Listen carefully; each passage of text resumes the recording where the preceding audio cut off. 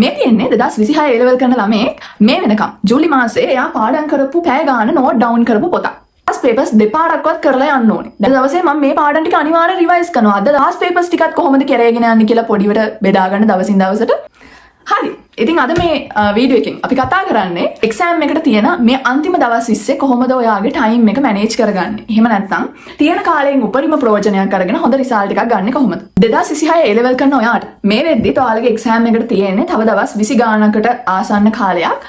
ඉතින් මේ වෙනකොටත් ඔයා මේ වීඩියෝ එක බලන වෙලාවෙත් ඔයාට ටයිම් එක මැනේජ් කරගන්නේ කොහොමද කියලා සමහර වෙලට කිසිම ප්ලෑන් එකක් නැතුව ඇති. ඒකෙදි ඔයාලට විශේෂයෙන් මතක තියාගන්න ඕන දේවල් ටිකක් ඔයාලට මගේ අරුණ දේවල් ටිකක් මතක් කරගන්න තමයි අද අපි මේ වීඩියෝ එක අරගෙන ආවේ. දැන් සාමාන්‍යයෙන් ගොඩක් අය මේ වෙද්දි ටර්ම් ටෙස්ට් ලියලා නැතුව ඇති. සමහර අය ටර්ම් ටෙස්ට් ලියන්නෙම නැහැ. ක්ලාසස් වලින් දේවල් කවර් කරගෙන ප්‍රයිවට් A levels කරන අයත් ඉන්නවා. කොහොම හරි මේ දවස් 20 කොහොමද ඔයාලා ප්ලෑන් කරලා තියෙන්නේ කියලා මම ඔයාලගෙන් අහුවොත් ගොඩක් අයට කියන්න උත්තරයක් නැහැ. බොහෝ දෙනෙක්ට ඒ වගේ තමයි. දැන් ඔයා කොහොමද මේ දවස් ටික ප්ලෑන් කරන්නේ? පළවෙනි දේ තමයි ඔයා දවසේ කරන වැඩ ගැන පොඩි හරි අයිඩියා එකක් තියාගෙන වැඩ කරන්න සහ ඔයාට දැන් ඉස්සරහට එන දවස් අඩු වීගෙනයි යන්නේ. එක්සෑම් එකට තියෙන දවස් වැඩි වෙන්නේ නැහැ, අඩු වීගෙනයි යන්නේ. ඒ හින්දා හොඳට මතක තියාගන්න ඔයාට කරන්න විශේෂයෙන් වැඩ කීපයක් තියෙනවා. පළවෙනි එක තමයි ඔයාට දේවල් රිවයිස් කරගන්න තියෙනවා. එවැනි එක තමයි ඊළඟට ඔයාට දේවල් කරගන්න තියෙනවා. දැන් ඔය රෙකෝඩින් එහෙම බලන්න තියෙන ඒවා සමහර අයට පාඩම් කවර් කරගන්නත් තියෙනවා. ඒ අස්සෙම තවත් දෙයක් තියෙනවා.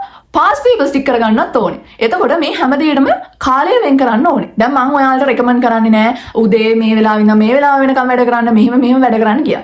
මේ වෙලාවේ වැඩ කරන විදිය තීරණය කරන්න ඕනේ ඔයා. මොකද ඔයාගේ දවස ඔයා ගත කරන විදිය දන්නේ ඔයා විතරයි. නැත්තම් මේ වටපිටාවේ ඉන්න කිසිම කෙනෙක් ඔයා දවස ගත කරන විදිය දන්නේ නෑ. ඒ හින්දා නිදිමරාගෙන හරි උදේට වැඩ කරලා දවල්ට වැඩ කරලා රැටත් වැඩ කරලා මුළු පැය ඔක්කොම වැඩ කරලා හරි ඔයා මේ වැඩේ උඩ දාන්න ඕනේ. අනේ හින්දා ටයිම් එක මැනේජ් කරගන්න විදිය කරන විදිය මම මේ විදියට කියලා දෙන්නම්.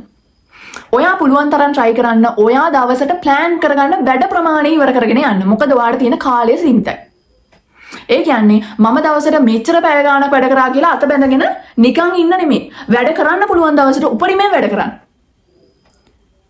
මම හිතනවා මම කියන දේ තේරෙන්නේ නැති කියලා. ඔයාට රෙකෝඩින්ග්ස් බලන්න තියෙනවා නම් අද දවසේ මම මේ රෙකෝඩින් ටික අනිවාර්යෙන් බලලා ඉවර කරනවා. දවසට මම මේ පාස් පේපර්ස් 3ක්වත් ඉවර කරනවා. මොකද එක්සෑම් එකට යන්න කලින් අඩුම ගානේ ළමේ දෙපාරක්වත් අදාළ අවුරුදු කීපයක අවුරුදු 10ක වෙන්න පුළුවන්, ඊට වඩා වැඩි වෙන්න පුළුවන්, අඩු වෙන්න පුළුවන්. ඔයා තෝරගත්ත ප්‍රමාණයක පාස් පේපර්ස් දෙපාරක්වත් කරලා යන්න ඕනේ. දැන් ගොඩක් අයට ඔය ටයිම් මැනේජ්මන්ට් ප්‍රශ්න එන්නේ දැන් නෙමෙයි එක්සෑම් එකට ගියාම. මොකද එයාලට පේපර්ස් නිකන් ඔය ආවට ගියාට කරලා පුරුද්දක් තිබ්බට එක්සෑම් එකේදී දෙන කාලයට අනුව පේපර් එකක් කරලා පුරුද්දක් නැහැ. ගොඩක් අයට මේ පැය 3ට හෝ පැය 2කමාරට හෝ පැය 2කට ඒ පේපරේ එහෙම ලියලා පුරුද්දක් නැහැ. අන්තිමට එක්සෑම් එකට ගිහිලා අයියෝ මට විභාගෙට හරියට ලියා ගන්න බැරි වුණා, මට වෙලා මදි වුණා කියලා එළියට එනවා. අන්න එහෙම කරගන්න එපා. අනේ හින්දා පේපර් එකක් කරනවා නම් අනිවාර්යෙන් ටයිම් තියලා කරන්න. මාකින් ස්කීම් එක අරගෙන අනිවාර්යෙන් ඔයාගේ උත්තර ටික බලා ගන්න. එතකොට ඔයාලට තව මොනවද විවරණ අර උත්තරෙත් එක්කම තියෙන්නේ අර ඒ වගේ ඒවා තියෙනවා නම් ඒවත් රිෆර් කරන්න. ඒ විදිහට කාලය බෙදාගෙන වැඩ කරන්න. මෙතෙන්දී අලුතෙන් ටයිම් ටේබල් හදන්න යන්න එපා. ඒ කියන්නේ ඔයා ජීවිතේටවත් ටයිම් ටේබල් එකකට වැඩ කරලා නැහැ. මේ දවස් 20 විතරක් ටයිම් ටේබල් එකක් හදාගන්න දඟලනවා. එහෙම නැත්නම් ටයිම් ටේබල් එකකට වැඩ කරන්න දඟලනවා. මම මේ වෙලාවෙ ඉඳන් මේ වෙලාව වෙනකම් මේක කරනවා. මේ වෙලාව ඒකලා ටික වෙලාවක් පොත අතට ගන්නවා. අයියෝ මේක හරියන්නේ නැහැ. මේක නෙමෙයි මට ඊළඟ සබ්ජෙක්ට් එකක් තියෙනවා. ඊළඟට ඒ තව එකක් ගන්නවා. ඊට පස්සේ ඒකත් තියලා අයියෝ මට තව එකක් තියෙනවනේ කියලා අන්තිමට ඉහත බැඳගෙන පැත්තකට වෙලා අඬන ඉන්න ළමයිනුත් ඉන්නවා.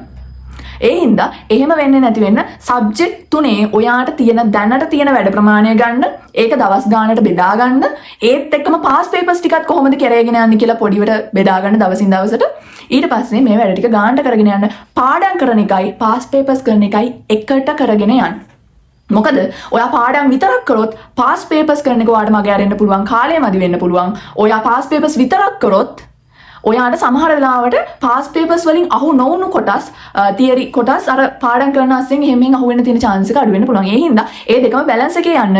මේ වෙලාවේ අර 12 වසරේ පළවෙනි පාඩම ඉඳන් 13 වසරේ අන්තිම පාඩම වෙනකම් මුල ඉඳන් ඉගෙන ගන්නවත්, මුල ඉඳන් කියවන්නවත්, මුල ඉඳන් පාඩම් කරන්නවත් යන්න එපා කියන එක තමයි මගේ ඇඩ්වයිස් එක. මොකද සමහර ළමයෙක්ට දැන් සමහර කෙනෙක්ට ඕක දවසින් දෙකෙන් දඩි පිටි ගාලා ඉවර කරන්න පුළුවන් වෙන පුළුවන් සබ්ජෙක්ට් තුනේම.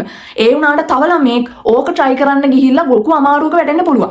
ඒ හින්දා ඔයා දැනට මේ මෙච්චර කාලයක් ඔයාලා නිකන් හිටියේ නෑනේ මොනවත් නොකර හිටියේ නෑනේ. ඒ හින්දා මෙච්චර කාලයක් කරපු වැඩ ප්‍රමාණය ඒක කරගෙන යන ගමන් අර අතරින් පතර ඔයාට මගේ ඇරිච්ච දේවල් කවර් කරගනිමින් පාස් පේපර්ස් ටික කරගන්න ගමන් වැඩ ටික කරගෙන යන්න අනවශ්‍ය විදිහට ස්ට්‍රෙස් වෙන්න එපා. ඉතින් මම හිතනවා අද වීඩියෝ එක ඔයාලට වැදගත් වෙන්නේ නැති කියලා. ඉතින් ඔයා අපේ channel එකට අලුත් නම් අනිවාර්යෙන් subscribe කරන්න. ඊළඟ දවසේ වැදගත් වීඩියෝ එකකින් හම්බ වෙනකන් ගිහින් එන්න. bye.